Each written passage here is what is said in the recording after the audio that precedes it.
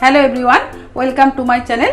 তো আগে আপনি দেখিয়েছি আপনাদের টমেটো বল, আর আজকে দেখাচ্ছি সর্ষে বল। দেখুন কিছুটা বল মাছ নিয়েছি এবং এখানে দেওয়ার জন্য আমি নিয়েছি একটু কাঁচা লঙ্কা, আর এ দেখুন আমি সানরাইজের সর্ষে গুঁড়ো নিয়েছি। স্রেফ এই দুটো দিয়ে আজকে আমি বল মাছ করবো, লাস্টে ধনে পাতা দেবো।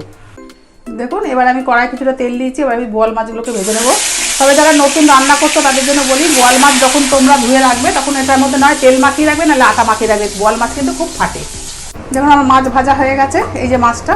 আর এখানে আমি রাই সর্ষে আমি সবসময় ভিজিয়ে রাখি একটু নুন দিয়ে, আর এভাবে আমি তেলটা গরম হলে আমি এইভাবে দিতে থাকি।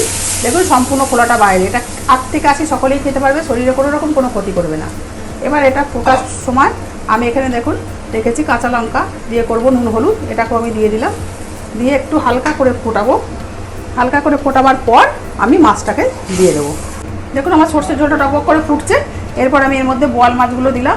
যেহেতু আমি কাঁচা লঙ্কা দিয়ে করেছি সম্পূর্ণ রান্নাটা, তাই এখানে লাল লঙ্কা আমি দেবো না। এরকম দিয়ে দিলাম। এটা একটুখানি 2 মিনিট ফোটার পর আমি এই ধনে পাতাটাকে দিয়ে দেবো। দেখুন 2 মিনিট ফোটা গেলে একটু পাতলা করবো, এটা আমি মানে পুরো ঠিক করবো না। ধনে পাতা দিয়ে দিলাম। খুব ভালো লাগে খেতে পাতলা রকম বানিয়ে, আপনারা করে ফেলুন। আর যদি ভালো লাগে তাহলে অবশ্যই আমাকে লাইক আর শেয়ার সাবস্ক্রাইব করে দেবেন।